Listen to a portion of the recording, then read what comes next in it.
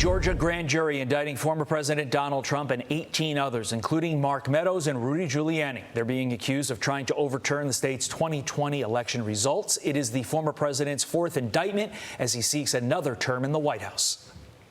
This office will be submitting a proposed scheduling order within this week. However, that will totally be at the discretion of the judge. We do want to move this case along, and so we will be asking for a proposed order that occurs a trial date within the next 6 months. OutKick host Tomi Lahren joins us now. Tomi, on the timing of all of this, you just heard DA Willis say that she wants a trial date to take place within the next 6 months, which does coincide with the presidential primaries. And now the former president is calling this election interference. What do you think? Yeah, I mean, no kidding. Wait 2.5 years and then wait until primary season to indict the man 1, 2, 3, 4 times at this point. I mean, to say that this is not politically motivated is a pretty far stretch, even for those that are more liberal or Democrat minded. I think it's pretty obvious what's going on here.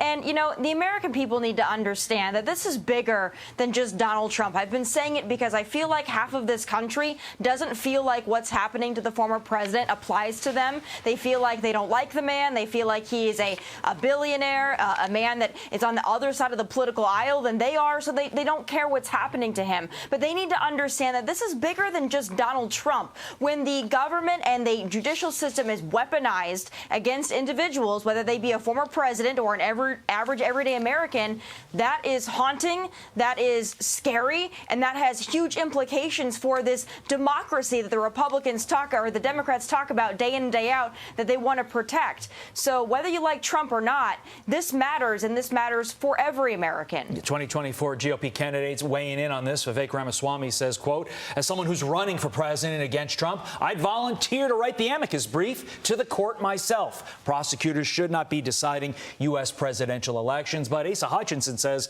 over a year ago, I said that Donald Trump's actions disqualified him from ever serving as president again. Those words are more true today than ever before. I just point out that people that take the Asa Hutchinson view not polling very well, the Vivek Ramaswamy view polling a little bit better.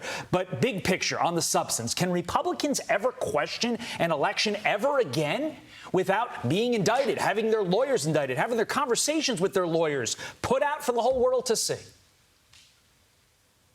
See, this is part of the problem here. It is completely valid for Americans, Republican or Democrat, to talk about election integrity and voter fraud. Now, whether it's enough to overturn an election, that's where there's a lot of discussion and debate. But to have the discussion and debate should be free and open to all Americans, including a former president. So this is chilling, the fact that now there are going to be so many Americans, whether you're political or not, that are going to be afraid to talk about real issues of election integrity and voter fraud, which should be open for debate and discussion, just as, I don't know, the discussions on COVID and vaccines that they also don't seemingly want us to discuss. So this has big implications for the First Amendment as well as the future of our country, our democracy, and our elections. It's important that we set a precedent here that this cannot happen.